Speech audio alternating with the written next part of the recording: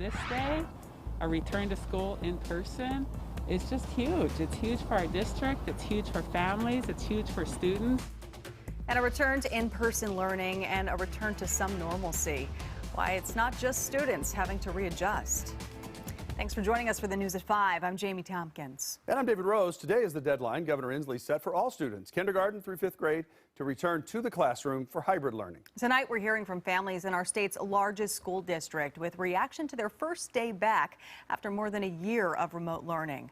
Q13 Steve Kiggins is live in Seattle with more on how people are adjusting. Steve?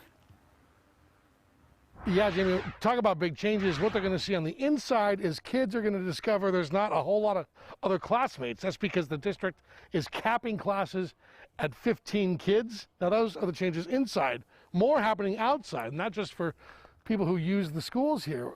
SPS is working with SDOT to install street closure signs like these. This is really an effort to make sure that their families who are arriving with kids, they are distanced and out of the way of traffic. I'm feeling good going to school because I like going to school. Third grader DeMario is bright-eyed and eager to get back to class. Here, high five. Happy you're back. At Rainier View Elementary, excitement was building, yet only about a quarter of the students there made their way onto campus this morning. Over half of our students have intended to return today, and half will remain on remote. Families choose between staying all remote or 4 days of in-person instruction. Back in class for now only means a couple of hours in either the morning or afternoon cohorts. In this online video, the district shares how it plans to keep classes small, keep kids from mingling with students and staff from outside their cohorts. Even recess is held in separate areas. Just be normal again and learn and be around other kids. Chanel's third grader said he got a good night's sleep and was excited to be back. So I want to go back in person, and I finally get to, and this is the opportunity to. This day, a return to school in person, is just huge. It's huge for our district, it's huge for families, it's huge for students, and seeing students roll back into buildings today was pretty awesome.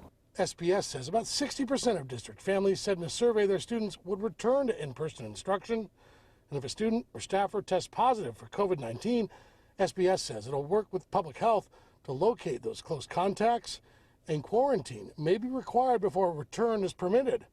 But for many families, today feels like a step back to normal. I'm just actually happy for the fact that he actually gets to associate, interact with other children, and just not being at home.